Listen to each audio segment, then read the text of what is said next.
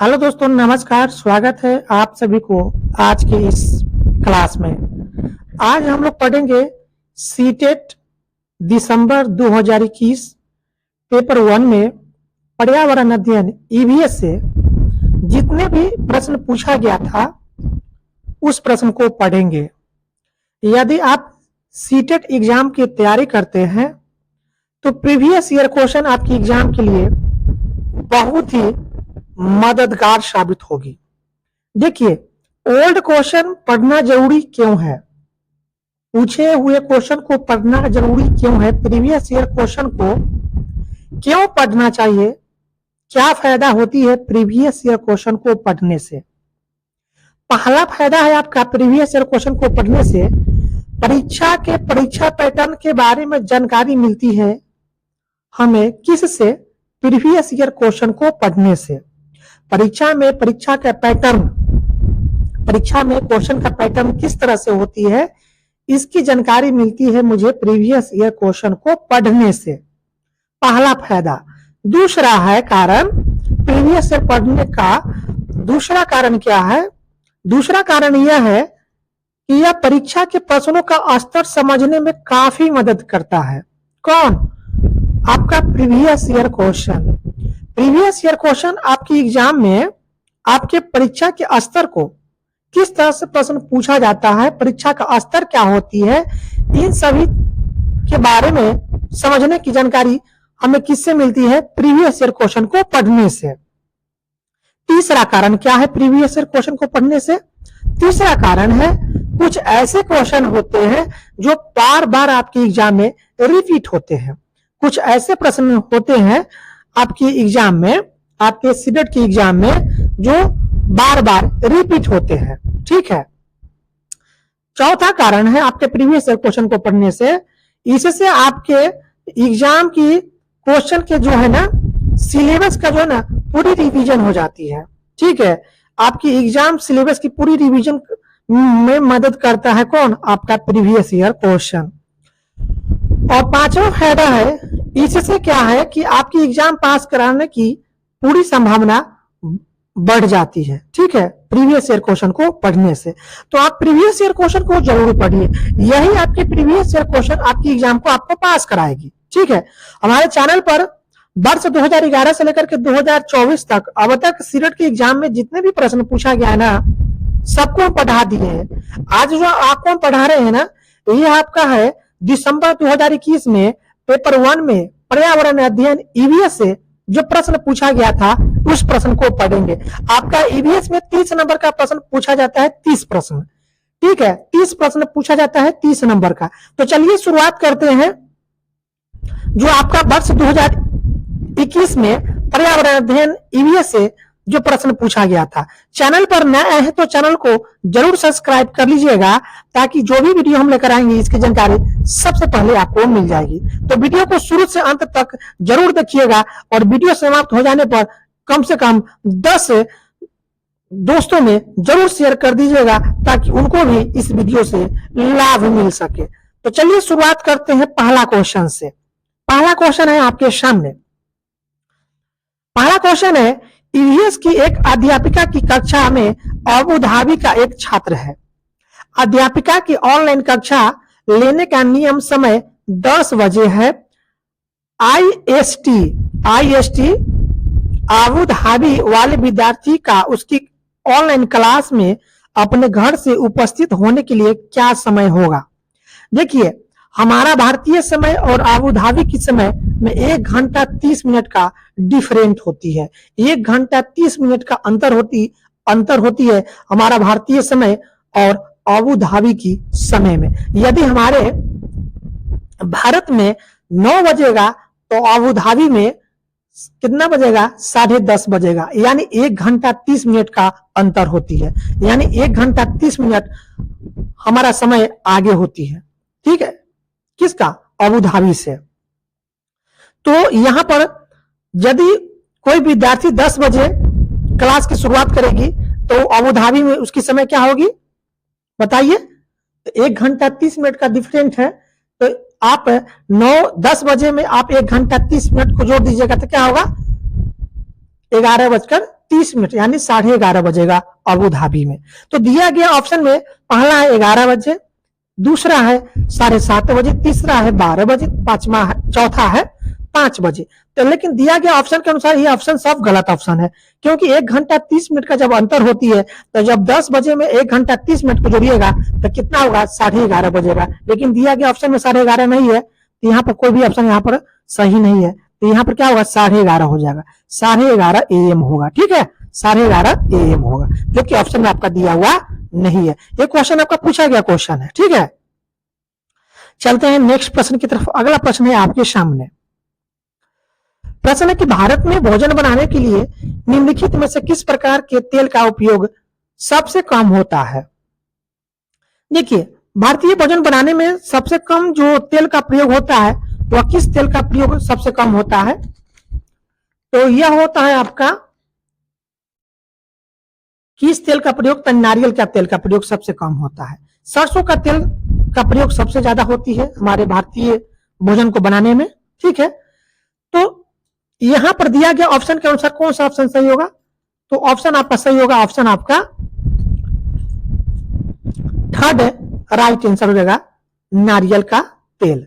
नारियल का तेल का जो प्रयोग जो है ना हम लोग कम करते हैं भारतीय भोजन को पकाने के लिए। ठीक है, तो दिया गया ऑप्शन में कौन सा ऑप्शन सही होगा, ऑप्शन आपका थर्ड राइट आंसर हो जाएगा। ठीक है, समझ रहे हैं ना, भारत में भोजन बनाने के लिए सबसे कम तेल का उपयोग कौन सा तेल का होता है, तो नारियल का तेल का होता है। चलते हैं नेक्स्ट प्रश्न की तरफ। अगला प्रश्न ये रहा आपके सामने। प्रश्न के मुख्य अध्यापिका ने ईवीएस की एक शिक्षिका से अपने ऑफिस के अंदर रखने के लिए पौधे चुनने के लिए कहा, वह निम्नलिखित में से कौन सा समूह चुनेगी। मुख्य अध्यापिका है, ईवीएस की एक शिक्षिका से अपने ऑफिस के अंदर रखने के लिए पौधे चुनने के लिए कहा, तो वह निम्नलिखित में से कौन सा समूह चुनेगी, यानी पौधे की वह कौन सी समूह चुनेगी, उस पौधे का नाम आपको यहां पर आपको बताना है। पहला है ऑप्शन में दिया हुआ एलोवेरा, पिटूनिया, मनी प्लांट। दूसरा है एलोवेरा, मनी प्लांट, क्रोटन।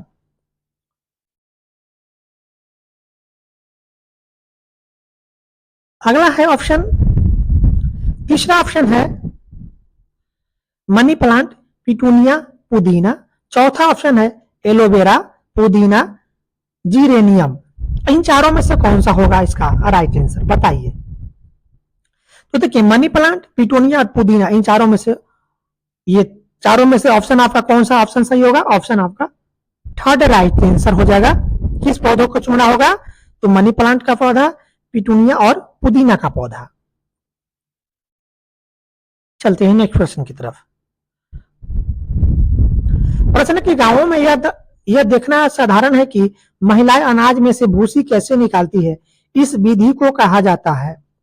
देखिए, महिलाएं जब अनाज से भूसी निकालती है तो अनाज से भूसी निकालने की इस विधि को क्या कहा जाता है। पहला ऑप्शन है छानना, दूसरा है हाथ से चुनना, तीसरा है निष्पादन यानी फटकना, और चौथा है थ्रेसिंग यानी गहना। क्या होगा, तो देखिए गांव, आप देखते हैं कि गांव में जो महिलाएं होती है वो अनाज से भूसी जो निकालती है, तो भूसी जो निकालती है इस विधि को क्या कहते हैं, अनाज से भूसी जो निकाली जाती है तो इस विधि को क्या कहते हैं, तो इस विधि को कहते हैं हम, क्या कहते हैं बताइए, तो इस विधि को हम कहते हैं निष्पादन यानी फटकना। देखते हैं ना कि जो महिलाएं होती है गांव की, वह अनाज से जो भूसी निकालती है वह फटक कर निकालती है, इसको क्या कहते हैं, निष्पादन कहते हैं। इसको क्या, निष्पादन क्यों क्या कहते हैं, फटकना कहते हैं। तो दिया गया ऑप्शन के अनुसार कौन सा ऑप्शन सही होगा, ऑप्शन आपका थर्ड राइट आंसर हो जाएगा, फटकना यानी निष्पादन। चलते हैं अगले प्रश्न की तरफ। अगला प्रश्न है, जीवों में संबंध, जबकि एक जीव को साहचर्य से लाभ होता है और दूसरे को हानि होती है, कहा जाता है। देखिए, जीवों के ऐसा संबंध जिसमें एक को तो फायदा हो रही है और दूसरे को क्या हो रही है, हानि हो रही है, तो ऐसे संबंध को आप क्या कहेंगे, ऐसे संबंध को क्या कहा जाता है जिसमें एक का तो लाभ हो रहा है और दूसरे को क्या है, हानि हो रहा है। तो जीवों का ऐसे संबंध को क्या कहते हैं, तो जीवों का ऐसे संबंध को क्या कहेंगे बताइए। पहला ऑप्शन में दिया हुआ सहजीविता, दूसरा है सह उपकारिता, तीसरा है प्रतियोगिता और चौथा है परिजीविता। क्या होगा इन चारों में से कौन सा ऑप्शन सही होगा? देखिए, यदि किसी को हमसे फायदा हो रही है और उससे मुझे हानि हो रही है तो इसको कहते हैं परिजीविता। जैसे मान लिया जाए जोंक जो होती है, तो जोंक हमारे शरीर से खून को चूसता है, तो उससे तो हम उसको क्या है, मुझसे लाभ हो रही है, लेकिन वो हमसे जो खून ले रहा है जिससे क्या है, हमको हानि पहुंचा रही है। तो इसके यह किसका संबंध है? यह परिजीविता का संबंध है, कि हमसे तो उसको लाभ हो रही है, लेकिन वो हमारे शरीर से जो खून चूस रहा है उससे मुझे क्या है, हानि हो रही है। तो जिसमें एक को लाभ हो और दूसरे की हानि हो उसको कहते हैं कैसा संबंध? परिजीविता का संबंध कहते हैं। इसमें एक को तो हानि हो रही है और दूसरे को लाभ हो रही है, तो यह कैसा संबंध है? परिजीविता का संबंध है। किसका संबंध है? परिजीविता का संबंध है। ठीक है, तो दिया गया ऑप्शन के अनुसार कौन सा ऑप्शन सही होगा? ऑप्शन आपका फोर्थ राइट आंसर हो जाएगा, परिजीविता। चलते हैं अगले प्रश्न की तरफ। प्रश्न है कि विशेष क्षेत्रीय प्रजातियां है। विशेष क्षेत्रीय प्रजातियां है, पहला ऑप्शन है दुर्लभ प्रजातियां, दूसरा है लुप्त प्राय प्रजातियां, तीसरा है आयातित प्रजातियां और चौथा एक क्षेत्र में पाए जाने वाली प्रजातियां। तो देखिए, विशेष क्षेत्रीय प्रजातियां जो होती है यह होती है आपका एक क्षेत्र में पाई जाने वाली प्रजातियां। तो दिया गया ऑप्शन के अनुसार ऑप्शन आपका फोर्थ राइट आंसर हो जाएगा। अगला प्रश्न है, निम्नलिखित में से कौन सा वन उन्मूलन के परिणाम है? पहला ऑप्शन है वायुमंडलीय तापमान में वृद्धि, दूसरा है ऑप्शन बी है वायुमंडल में CO2 के स्तर में वृद्धि, ऑप्शन सी है भौम जल स्तर में वृद्धि, ऑप्शन डी है बाढ़ और सूखे जैसी प्राकृतिक आपदाओं के होने की संभावना में वृद्धि। इनमें से कौन सा दिया गया ऑप्शन जो है आपका ए बी सी डी, इन चारों में से कौन सा परिणाम होगा वन उन्मूलन का? बताइए। देखिए, दिया गया ऑप्शन में यदि पूछा जाए आपसे तो वन उन्मूलन के परिणाम जो है वायुमंडलीय तापमान में वृद्धि। देखिए, पेड़ पौधा को कटने से क्या होता है? तापमान में वृद्धि होती है, तब पहला कथन सही होगा। दूसरा, वायुमंडल में CO2 के स्तर में वृद्धि होती है, पेड़ पौधा भाई नहीं रहेगा तो क्या होगा? वायुमंडल में जो CO2 है, कार्बन डाइऑक्साइड, उसकी क्या होगी? वृद्धि हो जाएगी। तो ऑप्शन बी भी सही है, बी भी कथन सही है। भौम जल स्तर में वृद्धि नहीं, भौम जल स्तर से पौधे तो जो ना बारिश कराती है, तो भौम जल स्तर में तो वृद्धि नहीं होगा, तो कथन क्या होगा? सही हो जाएगी, गलत हो जाएगी। ऑप्शन डी पर हम ध्यान देते हैं। कथन डी देखते हैं तो बाढ़ और सूखे जैसी प्राकृतिक आपदाओं के होने की संभावना में वृद्धि हो जाती है। भाई पेड़ पौधा नहीं रहेगा तो बारिश नहीं होगी, तो बारिश जब नहीं होगी तो क्या होगा? सुखाड़ होगी।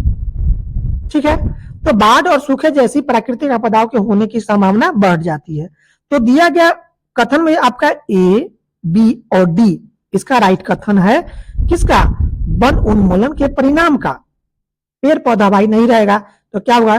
तापमान बढ़ेगी, वायुमंडलीय तापमान बढ़ेगी, CO2 कार्बन डाइऑक्साइड में वृद्धि होगी और बाढ़ और सूखे जैसी प्राकृतिक आपदा की क्या है? होने की संभावना में वृद्धि होगी। तो दिया गया कथन के अनुसार कथन आपका ए बी डी आपका राइट कथन है। तो ए बी डी आपका किस ऑप्शन में है? ऑप्शन आपका थर्ड में है, ऑप्शन आपका थर्ड राइट आंसर हो जाएगा। समझ गए? चलते हैं अब नेक्स्ट प्रश्न की तरफ। अगला प्रश्न ये रहा आपके सामने। देखिए, प्रश्न है, ध्यान से पढ़िएगा प्रश्न को, प्रश्न क्या कहता है, और इसी तरह आपका प्रश्न आपके एग्जाम में देखने को मिलेगा। प्रश्न की ठंडे और गर्म रेगिस्तान को समझने के लिए निम्नलिखित में से कौन से कथन सही है? पहला कथन, गर्म रेगिस्तान में अधिक तापमान होता है जबकि ठंडे रेगिस्तान में कम तापमान होता है। दूसरा कथन, गर्म रेगिस्तान पर सूर्य और रेत की अधिकता होती है और ठंडे रेगिस्तान में भूमि बर्फ और हिम से आच्छादित होती है। ठीक है। तीसरा कथन है, गर्म रेगिस्तान लाल या नारंगी होती है, जबकि ठंडे रेगिस्तान सिलेटी होती है। और चौथा कथन है गर्म और ठंडे रेगिस्तान में ऋतु के उतार चढ़ाव के महत्वपूर्ण प्रभाव की अनुभूति की जा सकती है। अब बताइए इन चारों में से कौन सा कथन आपका सही होगी। देखिए, ठंडे और गर्म रेगिस्तान में यदि आपसे पूछा जाए इन दोनों के बीच में कौन सा कथन होगा ठंडे और गर्म रेगिस्तान के बारे में, तो देखिए गर्म रेगिस्तान में अधिक तापमान होता है। जैसे आपका राजस्थान हुआ, तो अगर राजस्थान में बारिश बहुत कम होती है तो वहां जो है ना गर्मी बहुत ज्यादा गिरती है, ठीक है। तो वहां की जो इलाका है क्या होती है, गर्म होती है, ठीक है। तो गर्म रेगिस्तान में अधिक तापमान होती है, जबकि ठंडे रेगिस्तान में तापमान क्या होती है, कम होती है, ठीक है। ठंडे रेगिस्तान में तापमान क्या होती है, कम होती है। तो पहला कथन क्या है, सही हो जाएगा, ऑप्शन कथन ए सही होगा। दूसरे कथन बी पर ध्यान देते हैं। कथन बी है गर्म रेगिस्तान पर सूरज और रेत की अधिकता होती है। सही बात है, गर्म रेगिस्तान पर क्या है, सूरज और रेत की अधिकता ज्यादा होती है। आप जाकर देखिएगा आपको रेगिस्तान में, तो रेगिस्तान में क्या है, आपको रेत ही रेत देखने को मिलेगा, ठीक है। ठंडे रेगिस्तान में भूमि बर्फ और हिम से आच्छादित होती है। ठंडे रेगिस्तान में क्या है, भूमि जो है ना बर्फ और हिम से क्या होती है, ढकी हुई रहती है। तो ऑप्शन बी भी सही है। सी पर ध्यान देते हैं। सी है गर्म रेगिस्तान लाल या नारंगी होती है। गर्म रेगिस्तान लाल या नारंगी होती है। तो यह ऑप्शन क्या होगा आपका, क्या गर्म रेगिस्तान लाल और नारंगी होती है। तो देखिए गर्म रेगिस्तान जो होती है वह लाल और नारंगी होती है क्या, हाँ गर्म रेगिस्तान जो होती है वह लाल या नारंगी होती है। तो कथन सी भी सही है। कथन डी पर ध्यान देते हैं। गर्म और ठंडे रेगिस्तान में ऋतु के उतार चढ़ाव के महत्वपूर्ण प्रभाव की अनुभूति की जा सकती है। एक कथन डी आपका गलत है। गर्म और ठंडे रेगिस्तान में ऋतु के उतार चढ़ाव के हम अनुभव नहीं कर सकते, इसकी अनुभूति हम नहीं कर सकते हैं। तो दिया गया कथन में आपका ए बी सी आपका दिया गया कथन में आपका दिया गया कथन यह सही है। ठंडे और गर्म रेगिस्तान में यह कथन ए बी और सी आपका सही कथन है। तो ए बी और सी आपका जो कथन है किस ऑप्शन में दिया हुआ है, ऑप्शन आपका सेकेंड में दिया हुआ, ऑप्शन आपका सेकेंड राइट आंसर हो जाएगा। चलते हैं नेक्स्ट प्रश्न की तरफ। अगला प्रश्न है वन्य जीवन के संरक्षण के लिए राष्ट्रीय उपवन पार्क, उपवन किसको कहते हैं, पार्कों को कहते हैं, महत्वपूर्ण है। राष्ट्रीय उपवन यानी पार्क महत्वपूर्ण है किसके लिए, वन जीवन के संरक्षण के लिए। भारत में कौन सा राष्ट्रीय उपवन यानी भारत में कौन सा राष्ट्रीय पार्क सबसे पुराना है। पहला है ऑप्शन में दिया काजीरंगा राष्ट्रीय उपवन यानी काजीरंगा राष्ट्रीय पार्क। दूसरा है जिम कॉर्बेट राष्ट्रीय पार्क। तीसरा है कान्हा राष्ट्रीय पार्क और चौथा है बांधवगढ़ राष्ट्रीय पार्क। इन चारों में से कौन सा सबसे पुराना राष्ट्रीय पार्क है, बताइए क्या होगा। तो देखिए जिम कॉर्बेट राष्ट्रीय पार्क जो है, जिम कॉर्बेट राष्ट्रीय पार्क जो है ये आपका सबसे पुराना राष्ट्रीय पार्क है, क्योंकि कहां पर था आपका, उत्तराखंड में, ठीक है। यह बाघों के लिए प्रसिद्ध है। कौन आपका, जिम कॉर्बेट राष्ट्रीय पार्क, ये सबसे आपका पुराना राष्ट्रीय पार्क है, ठीक है। तो दिया गया ऑप्शन में आपका ऑप्शन आपका सेकेंड राइट आंसर हो जाएगा। चलते हैं नेक्स्ट प्रश्न की तरफ। अगला प्रश्न है नीचे दिए गए पदों से बीज के अंकुरण के सही क्रम को पहचानिए। पहला है आपका कथन में पतिया आने के बाद अल्पवयस्क पौधा अपना भोजन स्वयं बना सकता है। दूसरा कथन है बीज एक छेद से पानी को सोखता है, यह बीज आवरण को नरम कर देता है और यह फूट जाता है। ऑप्शन सी है बीज से अंकुरण होता है और वह ऊपर की तरफ बढ़ता है। और ऑप्शन डी है इस स्थिति में बेबी पौधा बीज में उपस्थित भोजन से जीवित रहता है। ऑप्शन ई है बीज से एक छोटी जड़ निकलती है जो कि नीचे की ओर बढ़ती जाती है। अब यह बीज के बारे में आपसे पूछ रहा है, बीज की विशेषता क्या होती है, बीज अंकुरण की विशेषता क्या होती है, बीज अंकुरण के सही क्रम को पहचानना है। बताइए क्या होगा इसका राइट आंसर। देखिए बीज की सही अंकुरण की यदि क्रम पूछा जाए आपसे, तब पहले जो होता है बीज, बीज एक छेद से पानी को सोखता है। बीज में एक छेद होती है जिससे क्या होता है, वो पानी को सोखता है छेद के माध्यम से, और यह बीज आवरण को नरम कर देता है और यह फूट जाता है।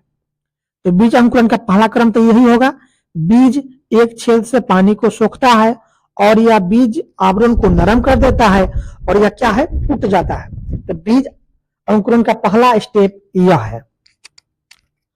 उसके बाद दूसरा क्या है, तो दूसरा जो है यह आपका है, दूसरा जो है ये आपका है, बीज से एक छोटी जड़ निकलती है जो कि नीचे की ओर बढ़ती है। जब बीज फूट जाती है तो उससे क्या है, एक छोटी सी जड़ निकलती है जो क्या है, नीचे की ओर बढ़ती है। तो यह दूसरा क्रम है आपका बीज अंकुरण का। तीसरा पद, अगला क्या है क्रम, अगला क्रम क्या है, देखिए जब बीज से जड़ निकल जाती है तो उसके बाद क्या होता है, इस स्थिति में बेबी पौधा बीज में उपस्थित भोजन से जीवित रहता है। अब देखिए बीज से जड़ निकल गया तो उसमें जो बेबी पौधा होता है, जो छोटी जो पौधा होती है, वो बीज में उपस्थित भोजन से क्या रहता है, जीवित रहता है। बीज में जो भोजन मिलता है उसी भोजन से वह पौधा जो उसमें जो निकलती है पौधा, वह उसी पौधा जो है ना, बीज से जो भोजन मिलता है उसको, वह उसी से क्या है, जीवित रहता है। तो यह आपका अगला क्रम है आपका बीज अंकुरण का।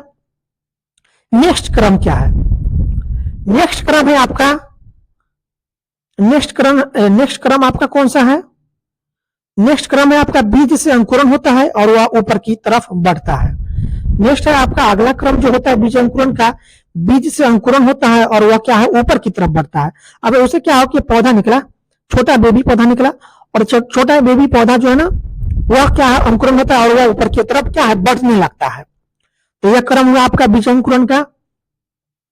और लास्ट जो है आपका, लास्ट जो है आपका कौन सा होगा, तो लास्ट जो है आपका पत्तियां आने के बाद अल्पवयस्क पौधा अपना भोजन स्वयं बना सकता है।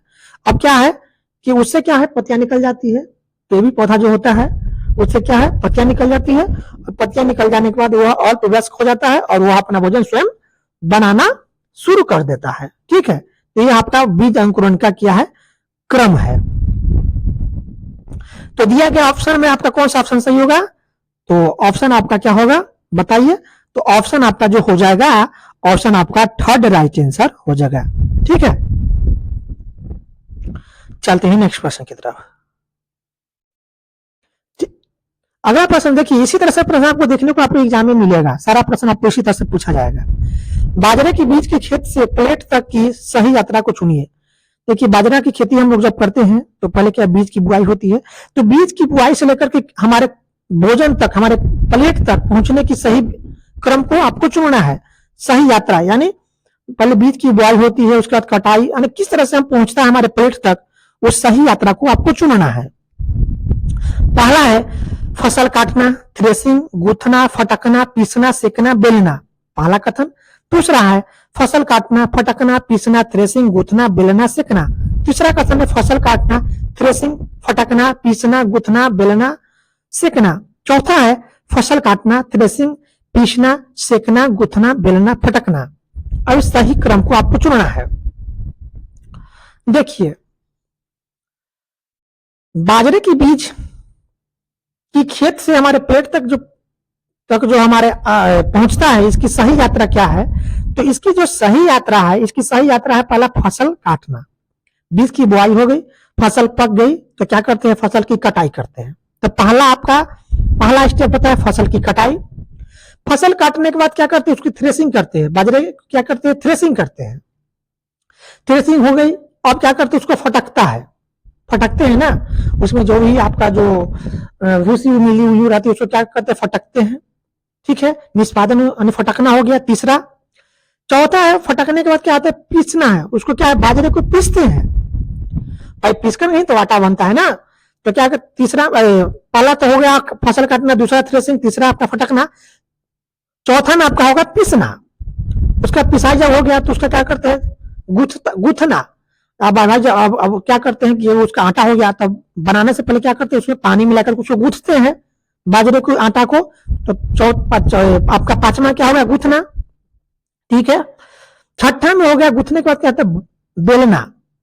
अब देखिए उसका एक क्या है, आटा को गूंथ दिए, ठीक है, गूंथने के बाद क्या करते हैं, उसको हम बेलते हैं, और बेलने के बाद क्या करते हैं, उसको हम सेकते हैं, तवा पर रखकर या किसी चीज पर रखकर आग पर रखकर क्या करते हैं, उसको हम सेकते हैं।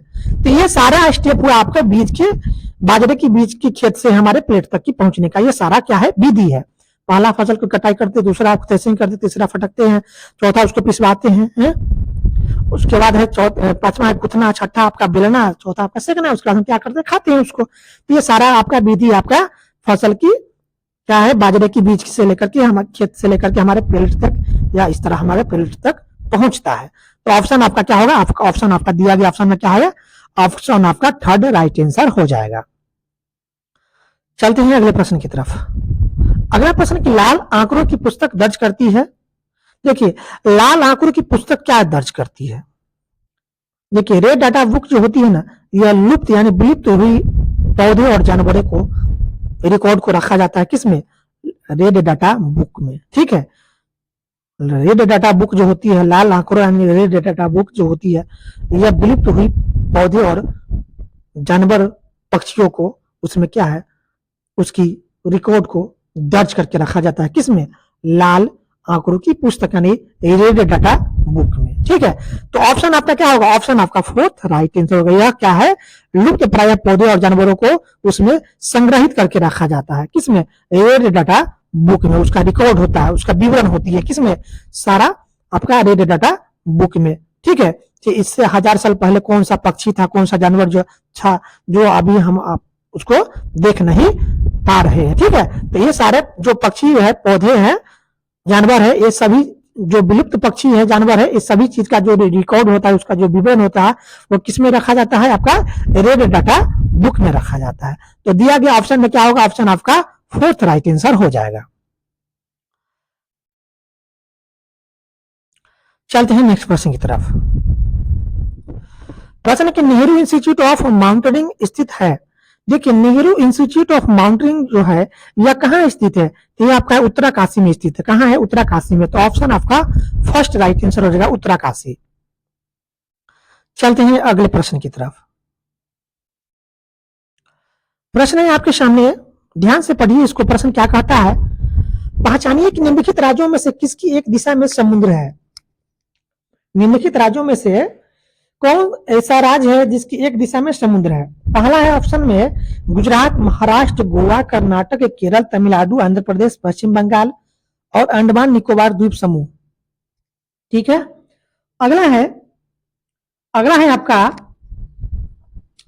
अगला है गुजरात, महाराष्ट्र, गोवा, कर्नाटक, केरल, तमिलनाडु, आंध्र प्रदेश, पश्चिम बंगाल और उड़ीसा। तीसरा कथन है गुजरात, मध्य प्रदेश, गोवा, कर्नाटक, केरल, तमिलनाडु, आंध्र प्रदेश, पश्चिम बंगाल और उड़ीसा।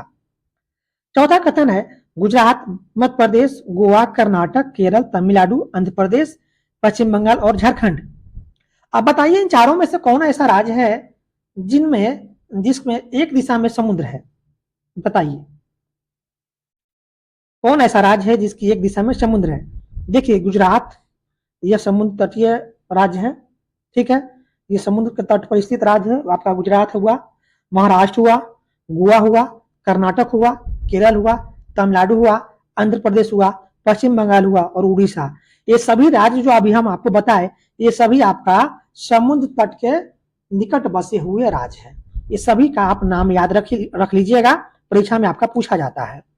समुद्र तट के स्थित राज्य कौन कौन है, तो याद रखिएगा गुजरात है, महाराष्ट्र है, गोवा है, कर्नाटक है, केरल है, तमिलनाडु है, आंध्र प्रदेश है, पश्चिम बंगाल है और उड़ीसा। ये सभी राज्य जो है ये आपका समुद्र तट के स्थित राज्य है, ठीक है। तो दिया गया ऑप्शन में कौन सा ऑप्शन सही होगा, ऑप्शन आपका सेकेंड राइट आंसर हो जाएगा। चलते हैं अगले प्रश्न की तरफ।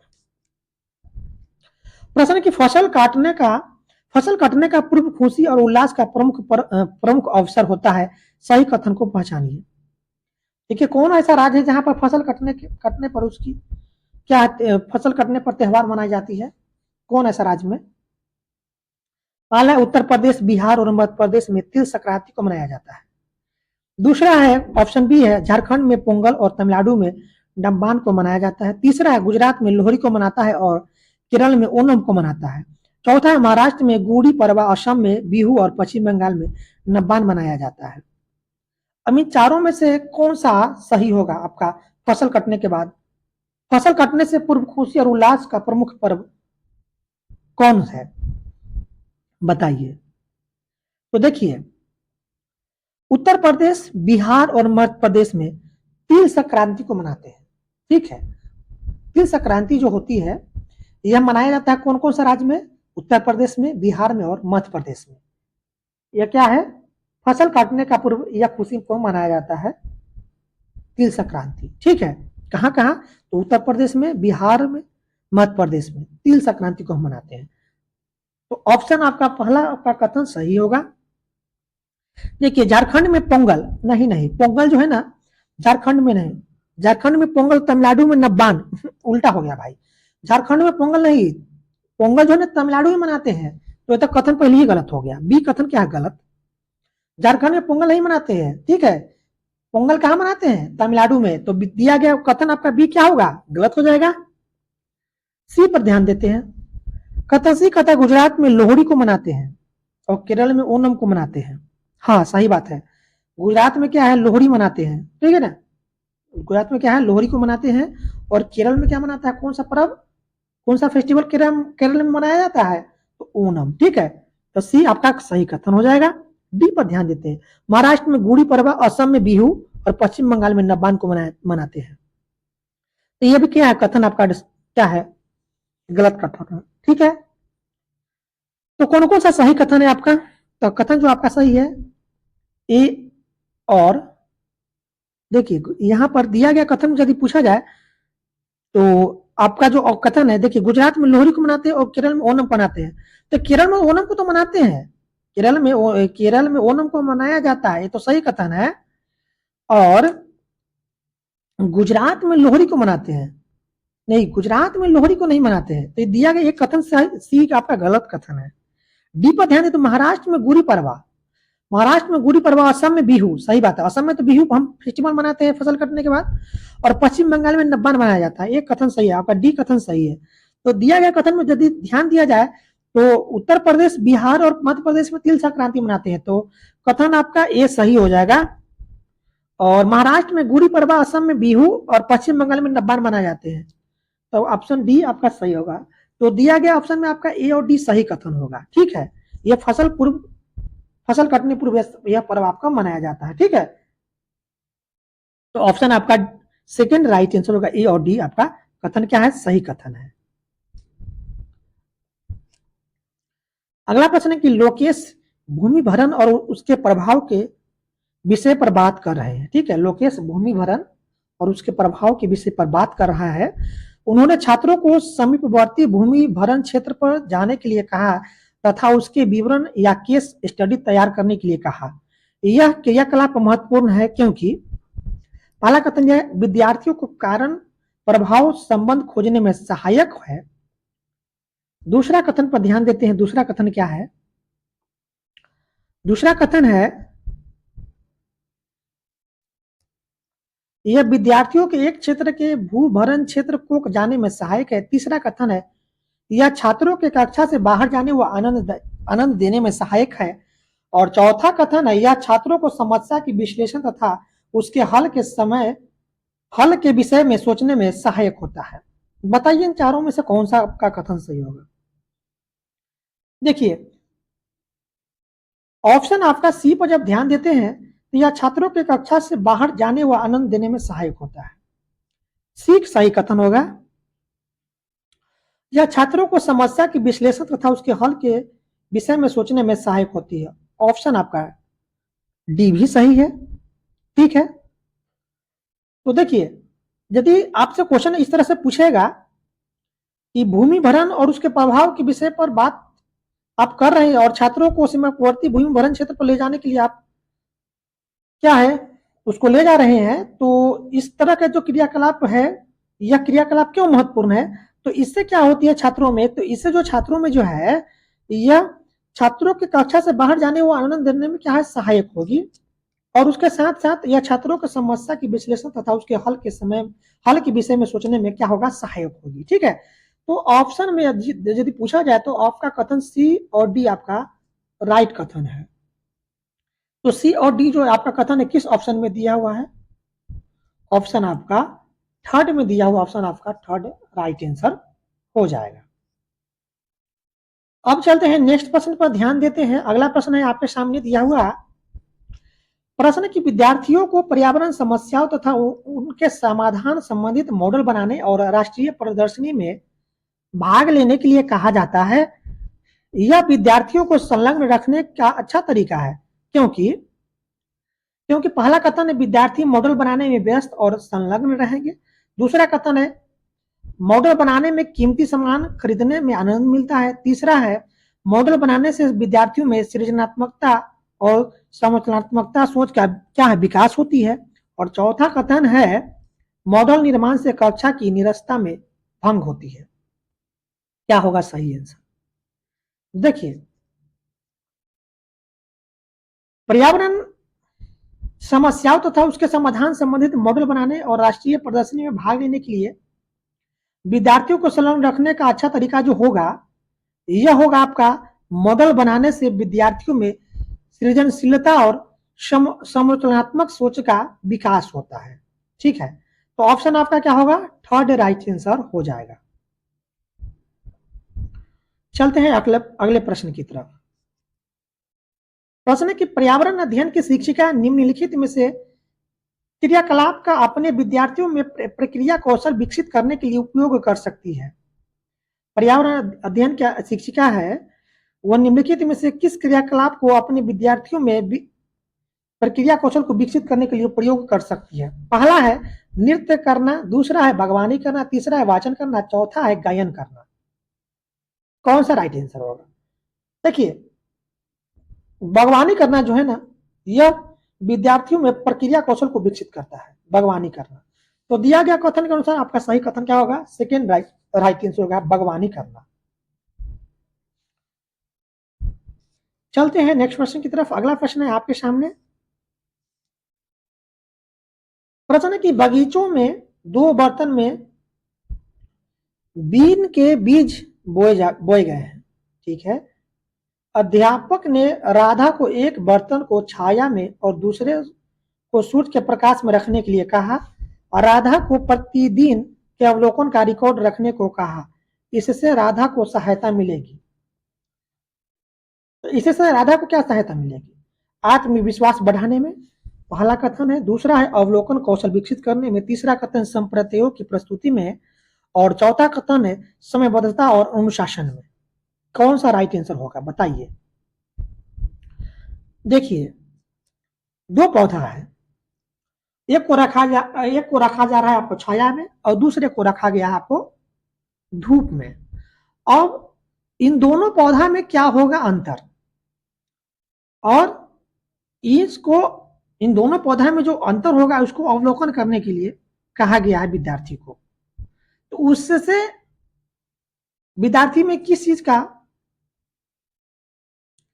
सृजनशीलता होगी, किस चीज का विकास होगा?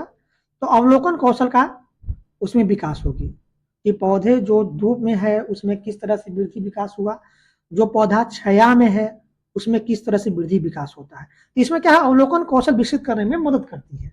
तो दिया गया कथन के अनुसार कौन सा कथन सही होगा? ऑप्शन आपका सेकेंड राइट आंसर हो जाएगा। ठीक है, चलते हैं नेक्स्ट प्रश्न की तरफ। प्रश्न है कि एक पर्यावरण अध्यापक अपने विद्यार्थियों को एक पर्यावरण संरक्षण कैसे बना सकता है, सर्वश्रेष्ठ संभावना चुनिए। क्या होगा राइट आंसर? तो देखिए, उन्हें अपने इलाकों के एक पौधे या पेड़ का देखभाल करता बना करके एक पर्यावरण अध्यापक अपने विद्यार्थियों को एक पर्यावरण संरक्षक कैसे बना सकता है? तो उन्हें अपने इलाकों के एक पेड़ पौधे का देखभाल करता के रूप में उसको बना करके पर्यावरण अध्यापक जो है वह विद्यार्थियों को एक पर्यावरण संरक्षण के रूप में सर्वश्रेष्ठ बना सकता है। कैसे? तो उन्हें कि अपने इलाके के जो पेड़ पौधे हैं उसको देखभालकर्ता के रूप में बना करके। ठीक है, तो ऑप्शन आपका सेकेंड राइट आंसर हो जाएगा।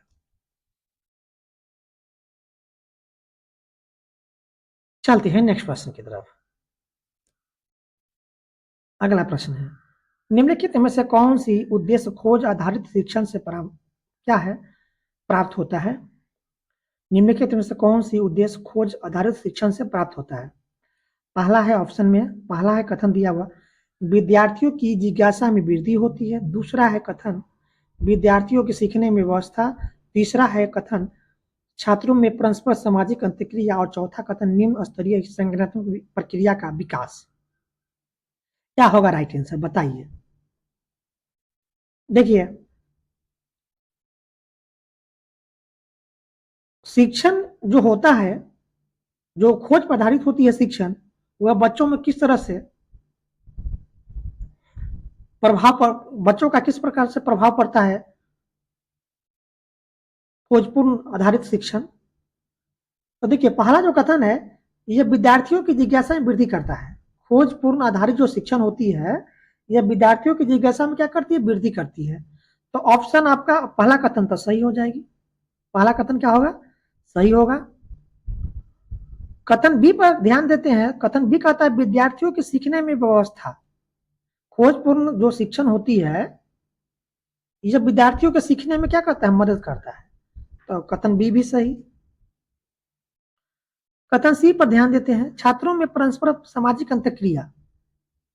खोजपूर्ण जो शिक्षण होती है, यह सामाजिक अंतःक्रिया से इसका कोई लेना देना नहीं होती है। तो कथन सी आपका क्या होगा, गलत हो जाएगा।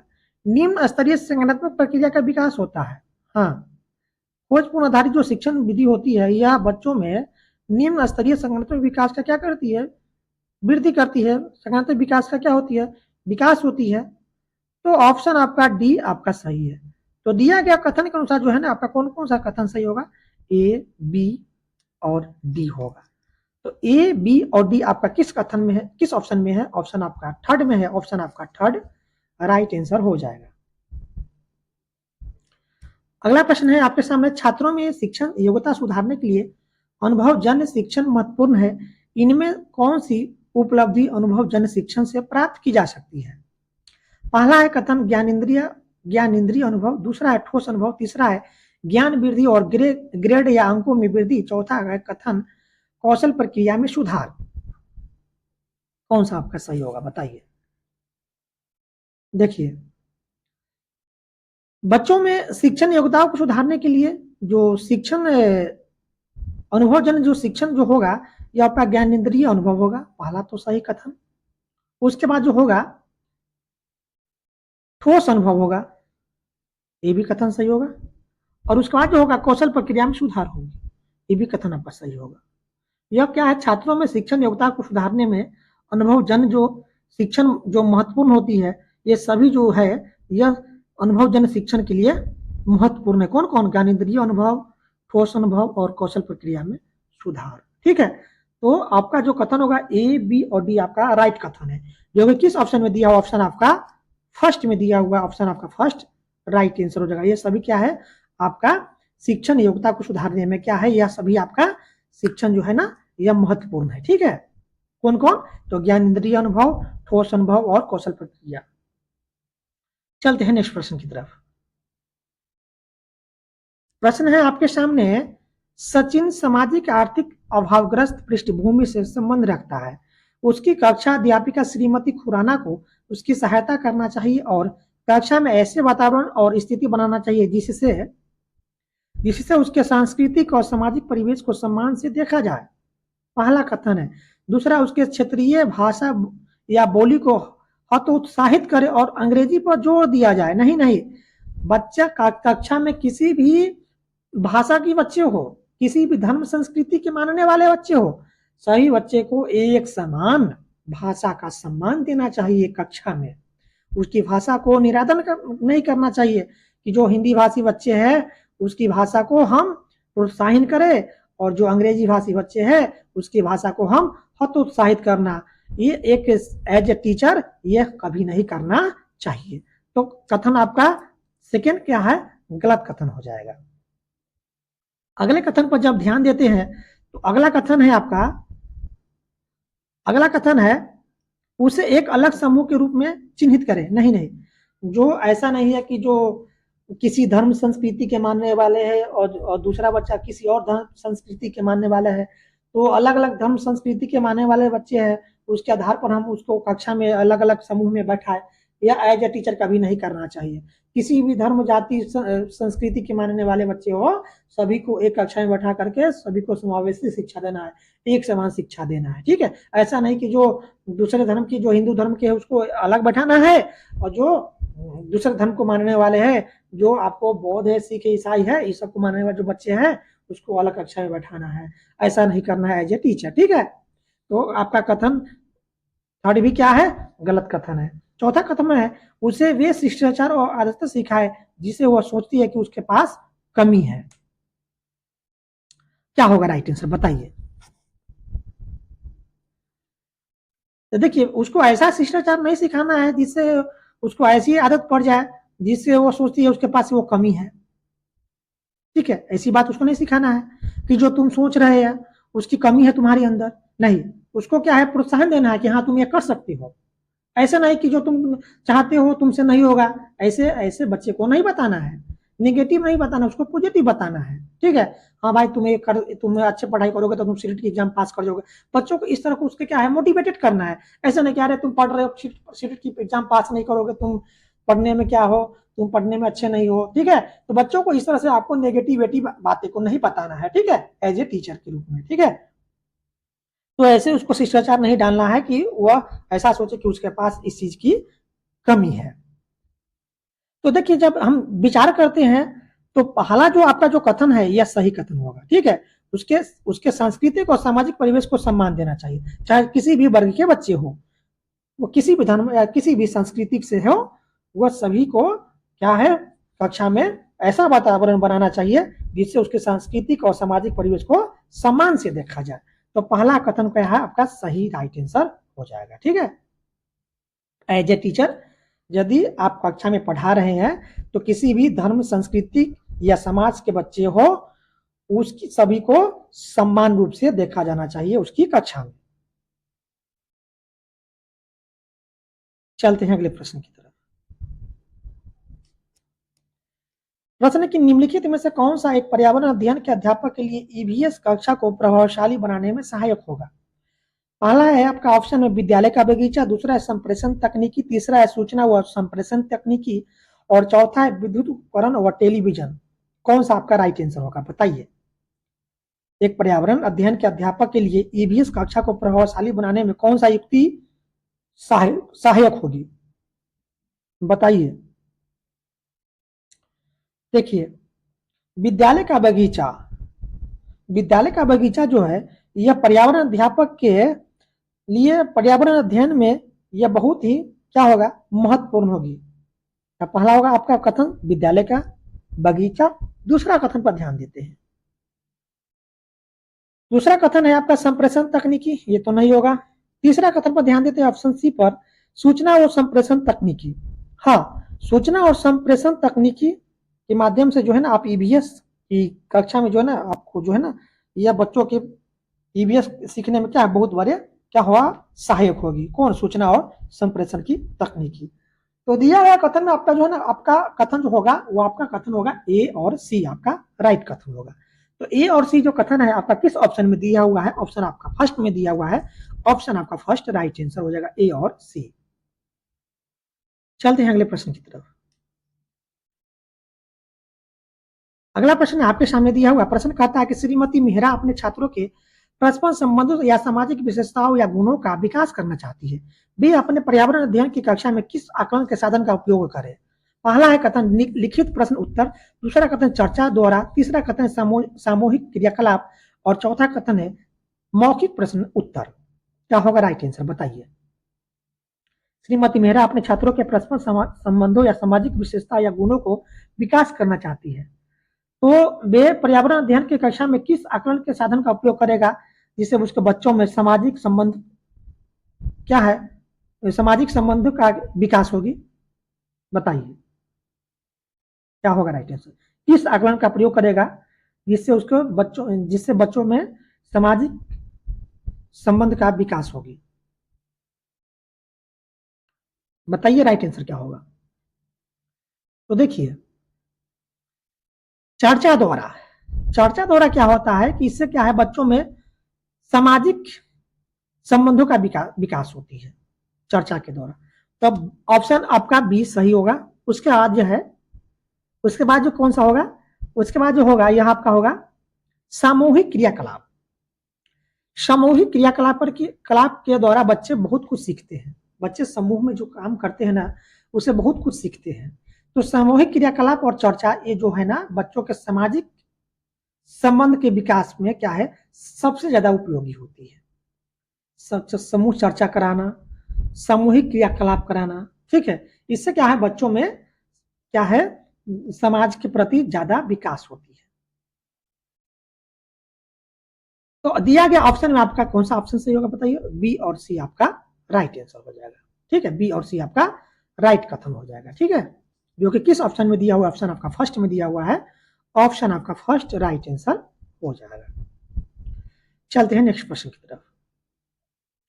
देखिए अगला प्रश्न आपके सामने है, पर्यावरण अध्ययन के अध्यापक श्री मेहरा जी अपनी कक्षा में हमेशा भारत का मानचित्र लेकर जाती है, क्योंकि कारण क्या है कि जो पर्यावरण की जो शिक्षिका है, पर्यावरण अध्ययन की जो शिक्षिका है मेहरा, वह अपने कक्षा में हमेशा भारत के मानचित्र लेकर जाता है, जाती है, इसका कारण क्या है बताइए।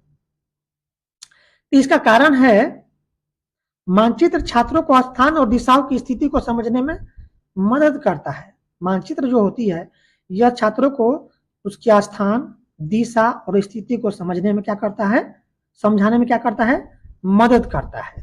तो ऑप्शन आपका थर्ड राइट आंसर हो जाएगा। अगला प्रश्न है, अर्जुन अक्सर पर्यावरण अध्ययन की कक्षा में विद्यार्थियों से खेल के मैदान से लौटते हुए क्या देखा उसके विषय में रोचक प्रश्न पूछते हैं। इस प्रकार वे विद्यार्थियों के किस कौशल का आकलन करते हैं। श्रवण कौशल, चिंतन कौशल, अवलोकन कौशल और संवेगात्मक कौशल। बताइए क्या होगा राइट आंसर। यह आपका अवलोकन कौशल होगा। क्या होगा, अवलोकन कौशल। क्या होगा, अवलोकन कौशल इसका राइट आंसर होगा। अगला प्रश्न कि प्राथमिक स्तर के लिए कौन सी विधि पर्यावरण अध्ययन शिक्षण के लिए अच्छी नहीं है। पहला ऑप्शन हमें विद्यार्थियों को अवलोकन के लिए कहना, दूसरा है कक्षीय व्याकरण में प्रत्यय तथ्य देना, और तीसरा है क्षेत्र भ्रमण, और चौथा है लघु चलचित्र देखना। क्या होगा राइट आंसर।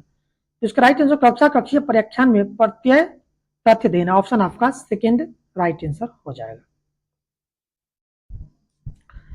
अगला प्रश्न की श्रीमती